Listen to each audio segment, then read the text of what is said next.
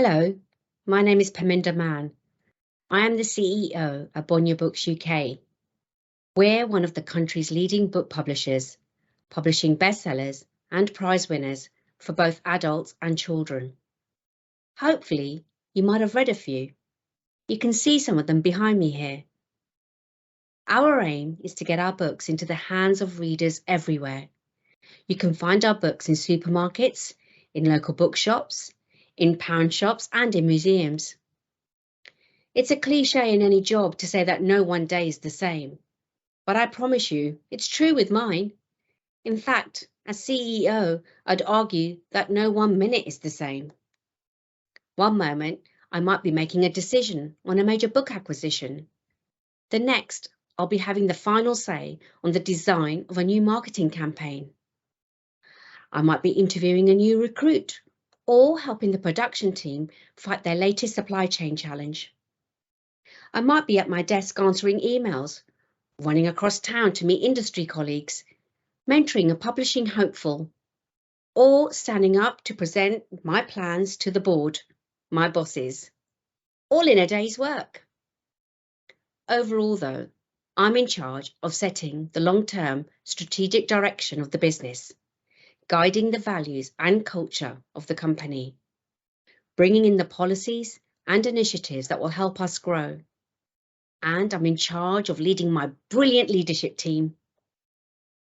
As CEO, I'm ultimately responsible for our results, but I couldn't do it without a great team around me, and our success depends on one another. So much of my job is about empowering people to do their best work and giving them the trust, the time, and the flexibility to deliver the results they're capable of.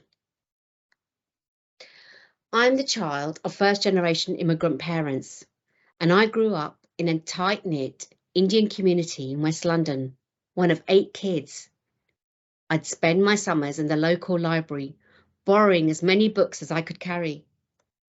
All I knew about books back then was that I read them and I loved them. But I had no idea you could make a living out of them. I had no connections. I didn't know anyone who worked in publishing. My parents wanted me to work with numbers and were keen for me to consider a career such as accounting. But I had other ideas. I wanted to be an actress. I imagined myself clutching that Oscar and walking down the red carpet with Brad Pitt. The reality was a bit different. After graduating in media and theatre studies, I was offered an unpaid runner's job on Channel 4's Big Breakfast. I was unlikely to meet Brad Pitt, but it was the coolest show on TV at the time. Up to my eyeballs in debt, I couldn't afford to work for free, so I looked for a short-term job to help me save up for it. Then, by complete chance, I ended up interviewing at Macmillan Publishing for a position in their sales team. Suddenly, I had stumbled into this incredible world. You could do this, sell books for a living. I soon found myself zipping up and down the country selling to booksellers. I had found my vocation, and that unpaid internship no longer felt so appealing.